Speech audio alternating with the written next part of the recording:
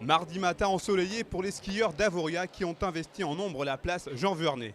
Au lendemain du décès de ce dernier, certains y verront peut-être un signe. Car aujourd'hui, c'est toute une partie du patrimoine historique morzinois qui s'en est allée. Il a passé toute sa vie à Morzine, donc pour lui, il était très attaché à la région et il a créé de toutes pièces une station. Alors ensuite, il s'est entouré évidemment d'aménageurs, d'opérateurs comme Gérard Brémond, président de Pierre et Vacances, hein, qui a développé ensuite la station.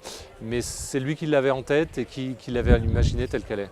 Le champion olympique de descente de 1960 à Sceaux Vallée avait tout du visionnaire. Dans les années 60, avec ses compères Gérard Brémond et Jacques Labro, ils ont l'idée de construire un domaine de sport d'hiver totalement novateur. Et aujourd'hui, Avoria est mondialement connu grâce à ses rues piétonnes.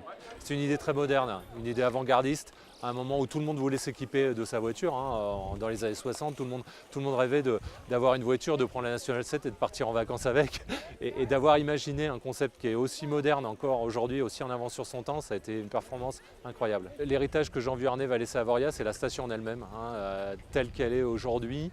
Une station qui est encore unique au monde, avec une architecture incroyable. C'est ça aujourd'hui son héritage. Daniel Charrier a repris en 1982 ce magasin de location et vente de ski.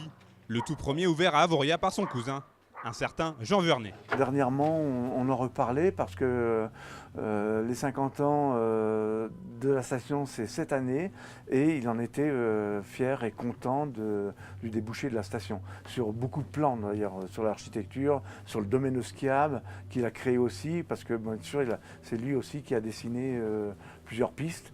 Et il en était vraiment très fier. Moins de 2 semaines avant les festivités organisées pour les 50 ans d'Avoria, cette disparition soudaine de Jean Vernet laisse la station orpheline. Depuis 2 jours, là maintenant, les gens nous en parlent beaucoup. Et bon, sachant que ouais, je connaissais très bien, oui, bien sûr. Ils nous en parlent et ils sont vraiment très émus.